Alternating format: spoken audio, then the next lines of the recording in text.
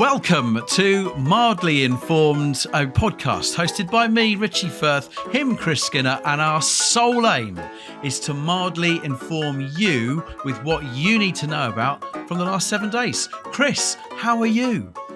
Rich, I've spent 5 of the last 7 days following up on a recommendation you made on last week's programme, which is watching the TV show Hostage. Oh my God, did you like it as much as I did? Because I think I gave it a 5-star review. You gave it a 5-star review. I enjoyed it. I thought it was fun. I did not find it a 5-star show, but I really enjoyed it and recommend it. So I'm going to kick the week off straight away by saying it's 4 stars. Which is still high. Yeah. Did you find it binge-worthy?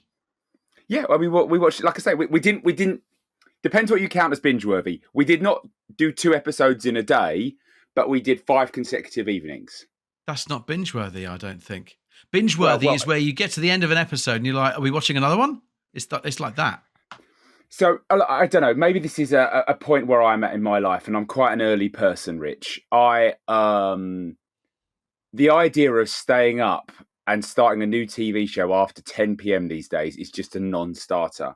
And given that I don't sit down till about 9 p.m, it means I'm sure there are many people out there like that. I just cannot do staying awake till 11 p.m. these days. I've just not got it in me. I think your body clock has counted against that final 5th star for Hostage. So I'm going to take that. We don't need to be in dispute. Don't need to be in dispute this early in the episode. Rich, we received an email this week, which I would really like to share with you. There's many ways that people can get in touch. Why don't you tell them? Well, obviously, email is just a bit of a clue, isn't it? mildlyinformedpod@gmail.com. You can find us on the Patreon, but that's not really a way of getting in touch.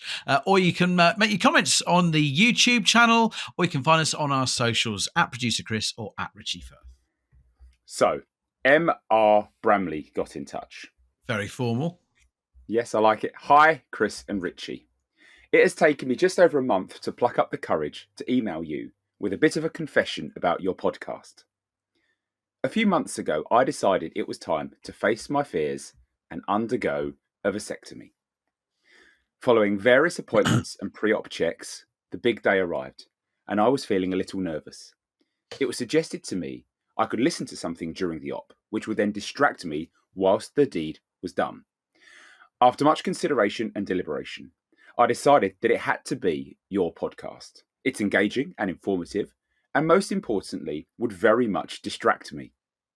Fast forward to the op, and the surgeon was very happy for me to pop my earphones and keep still whilst he went about his business. This is where the issue started, however. Little was I to know that particular episode would start with the details of Chris cycling headfirst into the back of a parked vehicle, and my laughter that quickly followed. I will spare you the full details, but needless to say, the surgeon was not impressed with my sudden involuntary movement at a very unfortunate moment. Let's just say, I think I was in more pain than Chris was after he hit the van, and I made sure I stayed very still for the rest of the procedure. Sorry, Chris, for laughing at you, but you can rest assured I very quickly got my just desserts for doing so. 4 weeks later, I no longer wince every time a new episode of your podcast arrives, and I'm back to loving your musings and reviews. Please keep up the great work. It's an enjoyable podcast. Mike from Devon. Well, I'm glad at the end of all of that we found out what the M was in the M.R. Bramley. Mike, what an amazing story. Oh, that's tickled me. I can apologise. And we've just got to take special note here, Rich, that people could be consuming this show whilst having surgery. So if there's anything we can do for you guys right now, just rest, sleep. I realised from that email, I know a lot about you, but I don't know whether you've been vasectomised. I don't know if you've been vasectomised. No. Well, we'll leave it at that. Okay.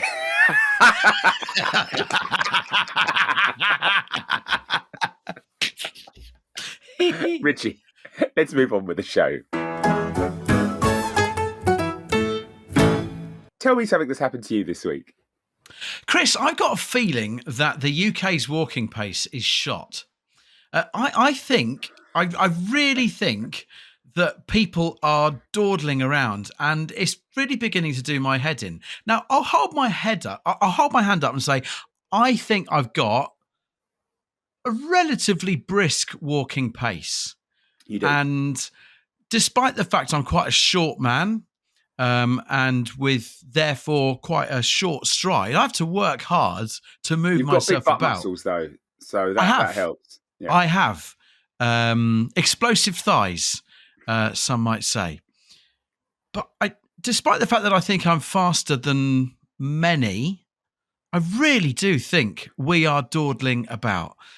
Whether it is on the school run or whether it is on the commute and walking around the London Underground or any other a busy pavement outside a football stadium, for example, people move so slowly. And I've realised it's one of the things that actually builds up my stress the most in my day-to-day life. I did a bit of research, and a normal walking pace for an adult is considered to be between 2.5 and 4 miles an hour. Now, I would say actually that is quite a broad scope for what is considered normal, because I would say 4 is actually quite fast. 2.5, I'd say, is quite slow. Yes. What's this got to do with your week, Rich? Stressing me out how slow people are walking. And I think we see so many news stories about obesity crisis in the UK and the health of the UK. I honestly think that there should be, whether it's either lanes on pavements Right. or some kind of fine system for people that are walking too slowly. Fine system. Something needs to be done about the walking pace of the UK. I think you could look at the GDP or the productivity of any nation in the world, and it will have a direct relationship with how fast or slow the pedestrians of that country are moving. That is an amazing statement to make, and I kind of feel that I need to fill for a bit of time here whilst I look into that claim that you've made there. Can I check? Is this you getting held up by other people, or is this people in your own group pissing you off because they're taking so long and you're feeling that they're dragging you back? I am married to a brisk walker, so Okay, good. That's fine. So in my own group, I don't feel like that's given me stress. I have a 7-year-old child who I'm training to walk at a good speed because I don't want him to be another dawdler. I honestly think, Chris, this isn't about my group. It's an observation of society. People are walking too slow. It's as if they've got nowhere to go. It's as if they're lemmings walking around in the old computer game. Do you think this could be because the amount of time you spend in tourist-friendly areas? I don't consider outside schools to be tourist-friendly areas. In the morning, outside schools, everyone's got somewhere to be. The kids have got to be at school for a certain time. Parents, 95% of them, have then got to be at work after that school drop-off. But they're dawdling around as if they've got absolutely no pressures whatsoever. Maybe they don't. But then I go back to what I'm saying about the state of the country. If people don't have anywhere to go, if they don't have any urgency, this country's going to go nowhere.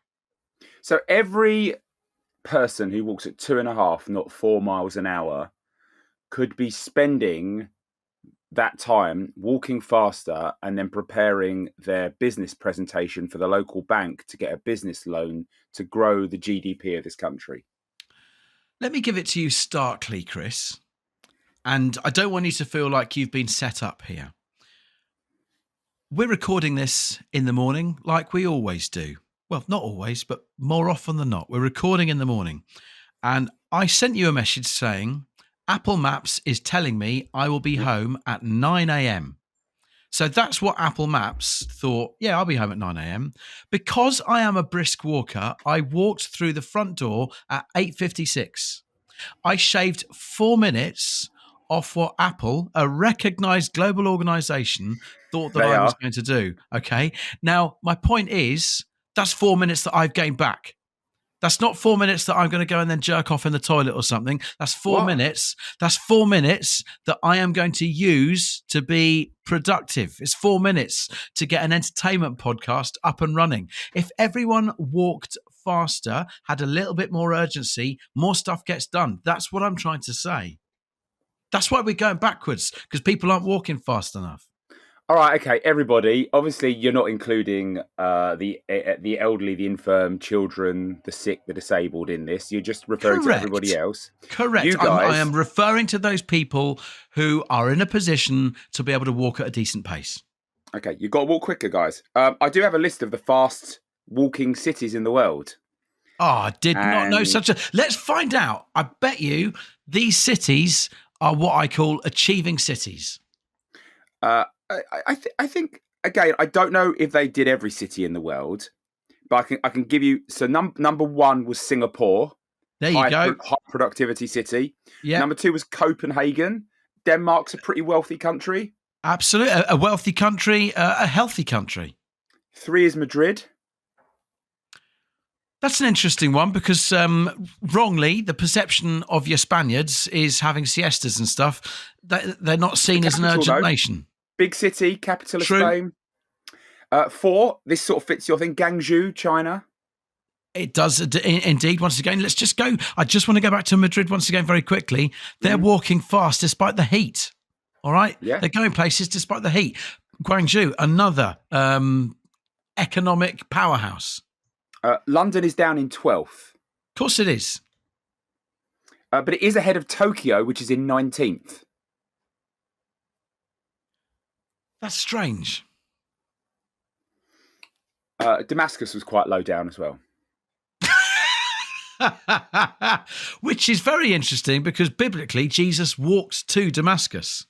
Yeah, but I think walking on water is a slower job, isn't it? So good point. Not that he walked on water all the way to Damascus. It was the road to Damascus. It's a while since I read the Bible, Rich. You don't kid me. I am going to review the nation's walking pace, and I'm referring only to the UK at the moment at 2.5. We've slipped. We must do better. I don't have a graphic for 2.5. I'm going to refer. Okay, a 2-star review for the UK's. All right, but I tell you what, if you walk faster, your graphics would improve. Okay, noted. Chris, tell me, what's been on your mind this week as you scuttle around quickly? Funnily enough, this is an observation that I noticed on a walk. So I'll tell you the specific story and then I will extend it to the broader point. So I am walking home after the gym and I see a runner run out of the nearby park and run across the road, and a van was coming past him. There was, although I guess you would say the runner should have stopped and waited for the van. He had plenty of space. He knew his own pace. He probably knew the pace of the traffic. He was comfortably past the van when the van went past his behind. And that didn't stop the van driver screaming at him, "You effing this, you that, watch where you're going, blah, blah, blah." Cue volley of abuse from the runner back at the van driver. And I was laughing along to myself with such pleasure at seeing two people who were probably, if anything, both in the wrong, insisting that they were right. And it was like, seriously, lads, you're both just trying to get on with your lives. There was there was never a risk of the van hitting the runner. No one was ever in any trouble. They were both just getting on with their lives, but for whatever reason, were just super angry. And I stopped and I thought, that is really funny. And I did think every now and then I do see two people randomly shouting at each other, particularly almost always both in the wrong. And I almost always have to stop and smile and have to be careful because I can't laugh out loud in public in case the ire gets turned on me. So I sort of have to snicker away on my own. Do you not feel that if you laughed out loud, though, could you end up diffusing that situation quicker? Because others might look at you and go, he's right. This isn't something to get annoyed about. It's definitely I actually think that would be the most likely scenario that would take place. But there would be a small percentage of cases where it would turn out that one of those people yelling was a nutter.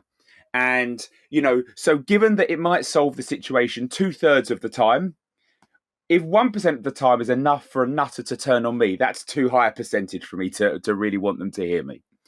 And it did, it did make me concerned about the state of the country. And I'm going to slightly conflict you, is that I fear and feel that everyone is super angry and everyone is in a rush. And I don't know if that's necessarily reflected their walking pace, Richie, but certainly in other aspects of the life, I think people need to just calm down a bit. Just take it a bit easier. I think there could be something in what you say. People can like be that in a rush. You shouted out the school gate this morning because she won't move out your way. Say again, sorry? Like that mum you shouted at outside the school gate today because she wouldn't move out of your way. Oh, I've got a podcast to record. I didn't audibly shout at any parents outside the school gates. I certainly was thinking it. I think people are in a rush in their cars, but that's because they're lazy. Productivity comes from walking, okay, rather than going back to, my earlier point. There is great delight that comes from watching shouting, and that is why there's public galleries in courtrooms. That is why Jerry Springer has had a successful career. We don't care about the wrong-uns that were on the Jerry Springer show. We're watching because we like watching a slanging match, a freak show. It's been going on since the dawn of time.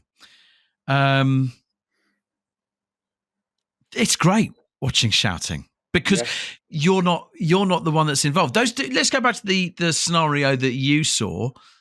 The reason there's that aggression there is because it's the shock coming out, isn't it? The van driver thinks, "Oh my God, I nearly ran someone over there." The runner is like, "Oh my God, I nearly just got killed." And they're both like, "Ah!" And that adrenaline is being let out.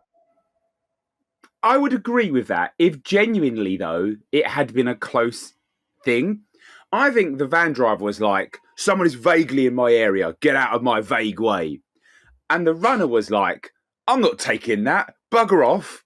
And so I think we've got to a point where, like, rational shouting, people are just now going, "Oh, he was 20 meters away from me. That's way too close." It's got out of hand, Rich. It's got out of hand. Everyone needs to chill out more and be less productive.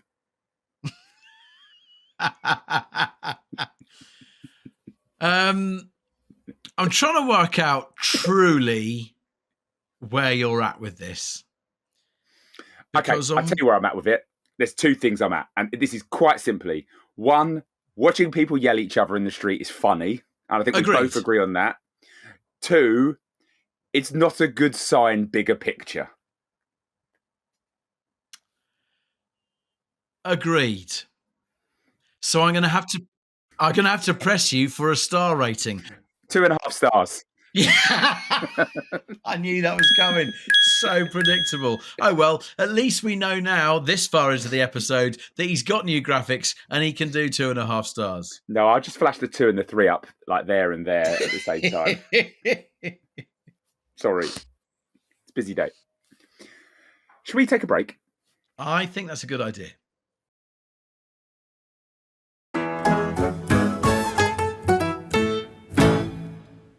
What do you think the Patreons think when they hear that, should we take a break, and then they hear us come back having not heard ads because they paid to be on such a premium tier? I would imagine after the conversation that we've just talked about with conflict, I imagine they're probably laughing like you were at the runner and the van driver. The Patreons are probably laughing and thinking, idiots. Yeah. And they've got a cracking episode where I talk about something entirely inane just to follow this. And today... Inane but fantastic. I mean, today, honestly, I'm turning the fantastic inane levels up to 11. If you want to experience that inanity that Chris speaks about, Mildly Informed Pod at patreon.com is a destination that I would walk briskly to. And you can sign up, like, you won't be the first person now, but you can become an arse dongler. And I did realise that one of the appealing reasons to become an arse dongler is we send you 2 Star bars in the post. That's going to cripple us financially. Yeah, but if people stick it out as arse donglers, it'll work out all right in the end. It will come. Believe in the Star bar. I'm going to have to buy a job lot. Believe in the Star bar, become an arse dongler. Who would have thought that the Patreon money was going to pay for a Costco membership? Rich, tell me something else that's happened to you this week. Chris, it's long been known that breakfast is said to be the most important meal of the day. Breaking the overnight fast, replenishing our glucose levels to boost energy and alertness for the day ahead. That's the thinking behind it. I would absolutely get on top of that thought and say that breakfast is indeed the most important meal of the day. It's the one I look forward to the most. It does give you those daily nutrients, gives you the health benefits because you're not going to snack, a lower likelihood of obesity and diabetes, so much going for it. But if we're agreeing that breakfast is the best meal of the day, what is the best breakfast? Because I truly believe that this week I've discovered it. And I'm going to put it out there that the best breakfast you can have, and if you've really got to break your fast for the rest of the day and the benefits that come, a stack of pancakes with berries and creme fraiche, there is no better way to start the day. It's a big call, Rich. To understand, you're saying that you would have this breakfast 7 days a week, or it's just as an occasional thing, the best breakfast?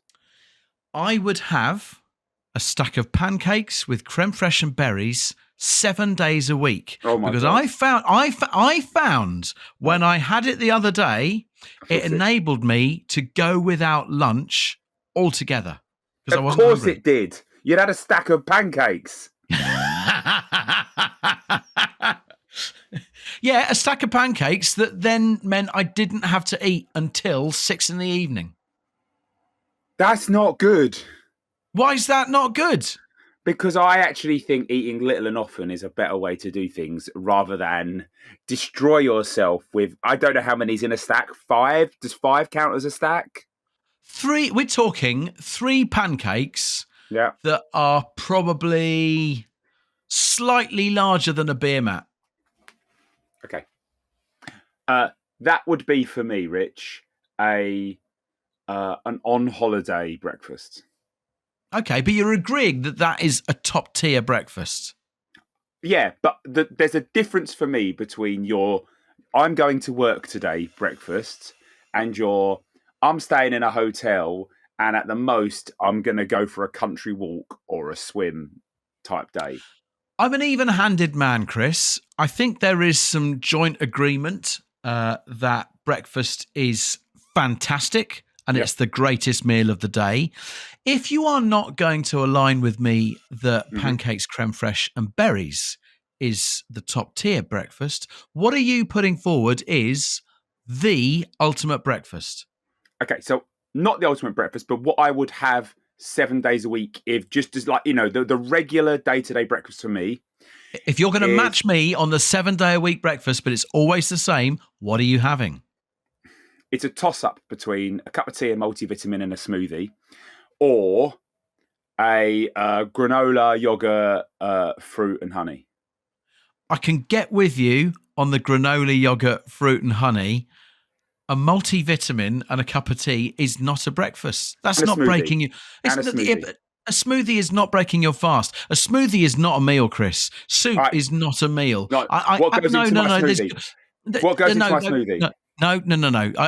If you are having a meal, your teeth have got to do something, all right? There's got to be some work that's going on. You've got to say to your stomach, hey, come on, break stuff down. You can't just be drinking shit. And that's what soup is, and that is what smoothies are.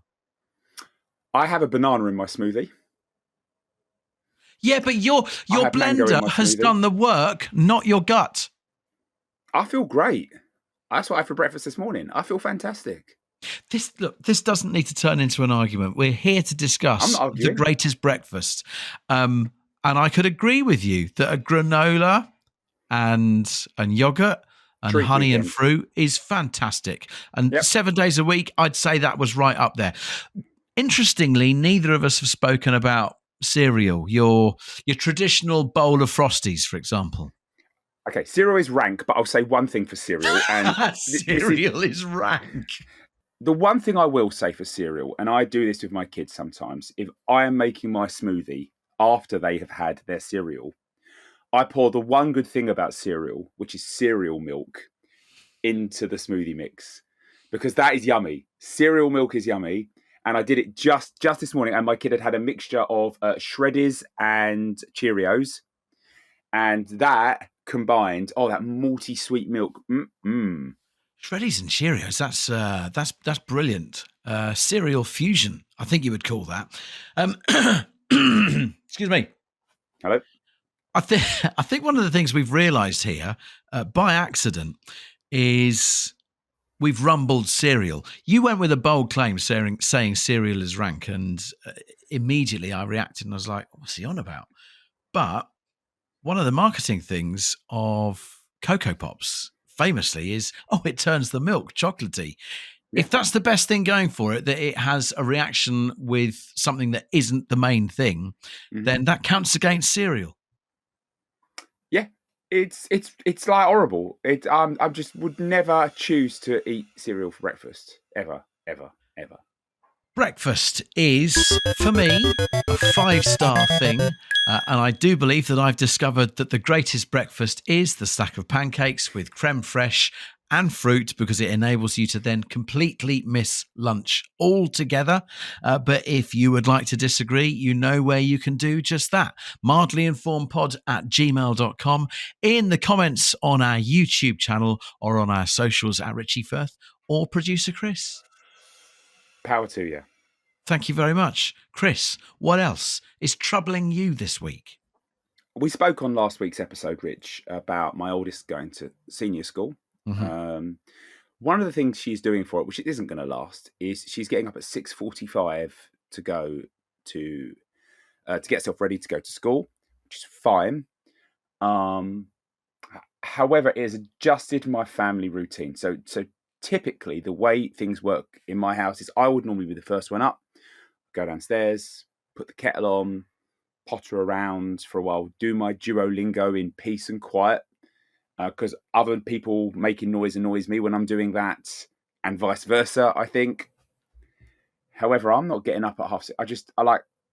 I've got too much going on at the moment to go downstairs 15 minutes before her at the moment, so I'm trying to set my alarm for 7.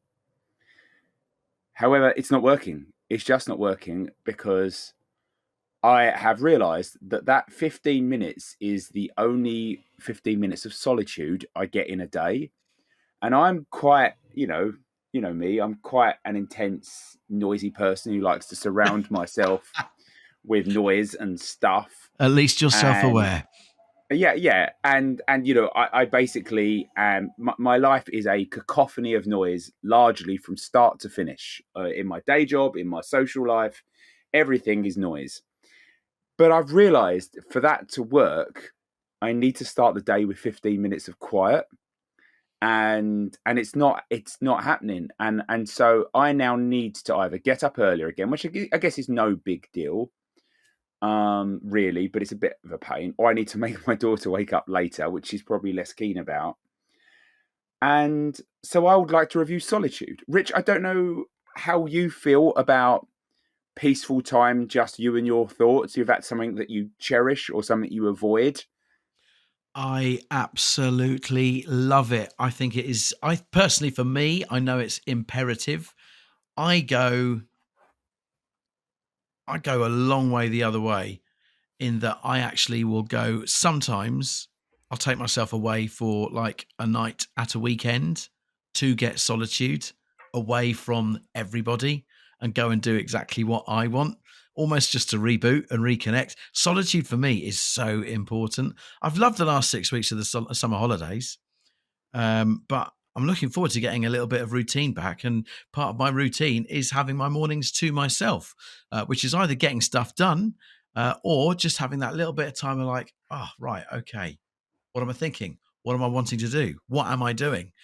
Solitude is so important.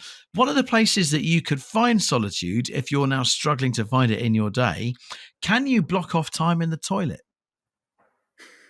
This is the second toilet reference you've made today. It's a different one. It's a different one. Yes. I'm not suggesting you find solitude by going into the toilet and doing what I referred to earlier.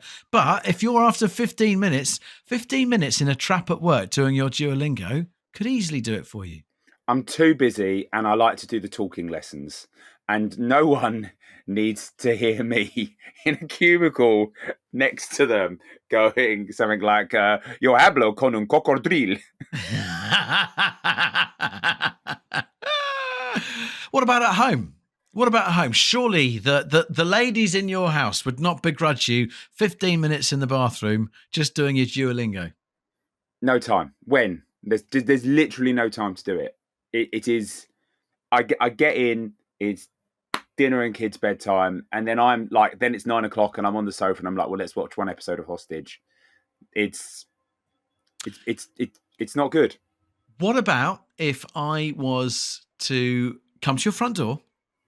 Sunday, 6. Sunday, 6:15. That's generally when I always turn up at your front door. But I am wearing glasses, fake nose, moustache, and a hat. And it's not me, but it's me. Okay. And I knock on the door. Laura answers and she says, hello, who are you? And I went, hello. I need Chris and I need him now. He'll return in 15 minutes. I cannot tell you why. And she'll be like, oh, okay. I'm so sorry, sir. Let me go get him. I then take you outside and I say, Chris, I take off the disguise. It's me. Yeah. 15 minutes and then back in.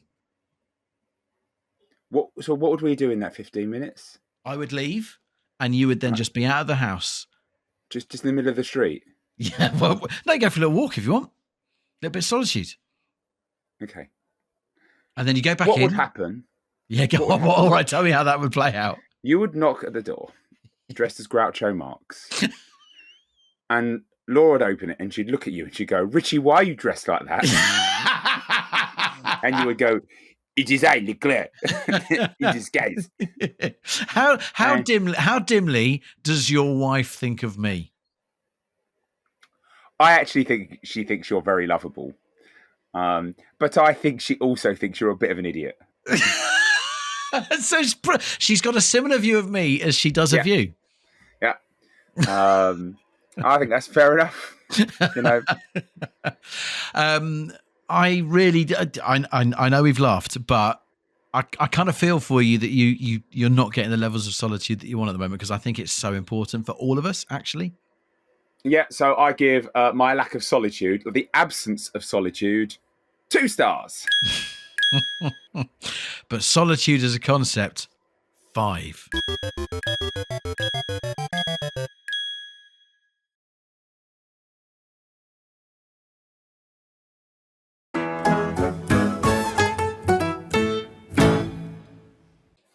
Rich, let's just assume we had an ad break there. Thanks for everyone for enjoying that ad break. Maybe give us one more thing. Chris, this year at school, my 7-year-old son, he's in year 3, and for the first time at school, he's got to wear a tie, which I just find a little bit absurd. Yeah. I know we've all had to wear ties in school uniforms, but sometimes you just have to stand back. You just have to stand back and go, why do we do this? Why do we do this? The girls are having to wear ties. They wear ties even less in adult life than the boys do. And even these days in adult life, you don't see many men wearing ties. Chris, you, for example, are a professional man who manages a large team of people. Tell me the last time you wear a tie. It would have been at maybe a wedding that I went to at some point. I didn't wear a tie to the last wedding I went to. Friends of mine are more likely to be getting divorced than married at the moment. I have worn ties in the last couple of years. Maybe I should wore one to a funeral. Did I wear a tie that day? I think I must have done. Once in the last year. Exactly. So if really we're talking about commemorating death and respect, and that's the only time we're wearing ties, why are we making school children at the age of 7 go to school wearing a tie? When I associate ties and school, it's kind of like almost things like getting caught up in a vice in CDT in a tie, or getting your tie caught in a lathe, or getting your tie pulled by a bully or something or other. Why are we putting kids through this when that doesn't happen in day-to-day life? You don't walk around the office and someone gets your tie and attaches you to a lathe or a vice because, first of all, you're not wearing them. I just don't understand it. Even the Prime Minister these days isn't really wearing ties. He might do in the House of Commons, but if he's on a visit, he's not wearing a tie. No. It's just pointless.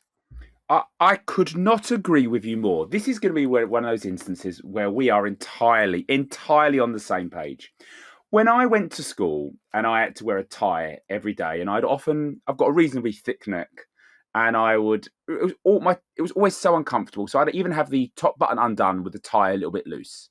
And I would get told by my teachers that if I wanted to have a real job, that would not pass, which was clearly completely misguided, because even if I'd got a job in the city in a bank, they don't even tend to wear ties these days. They also told me I'd never get away with having long hair or earrings. And as you say, I'm a manager of a large team, no longer have long hair, but still wear the earrings. So school is all about preparation.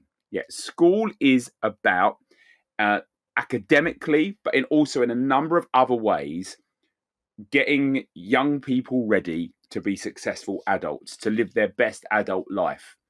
And I get an element of uniform. I get the need for people to sort of turn up, look smart or neat every day. I understand why you won't necessarily want everyone in their own clothes, because I think that can lead to issues around bullying and various other things like that. So I don't have a problem with uniform, but uniform should reflect the preparation for adult life. And the tie as a part of that is nonsense. If you walk through the city of London right now on a Tuesday afternoon, at best, half the men are wearing ties. And that should be noted by schools, in my opinion. I completely agree. A couple of points. Uniform is important. It's a sense of belonging, identity. Ironically, that's actually where the history of the tie comes from. Croatian soldiers serving in France wore decorative knotted neckerchiefs for their uniform to kind of show that that's who we are. So I don't have a problem with uniform as identity, and an element of discipline is important. But you can get that without the tie. There is that famous saying: "Walk a mile in another man's shoes, and you live a year of his life." I think that's a saying, isn't it, or something like that? Let's say it is. Okay, but you've got to look after your shoes, okay? Look after shoes, not ties. Now, in the defense of the teachers who taught us in our generation, ties were still a big part of adult life then. They weren't to know the drop-off in the tie. I'd go as far as saying the drop-off in the tie came during COVID, when people started working from home, and now, we're looking at people going back into offices Tuesday, Wednesdays and Thursdays. And when they go back, it's a slightly more lax attitude because people realise they could do work and endeavour at home but not have to wear a tie. I think ties died in COVID, and teachers weren't to see that coming. Bottom line is there's no place for them in schools in 2025. Ties died, wear tie-dye. That should be the slogan for kids in schools.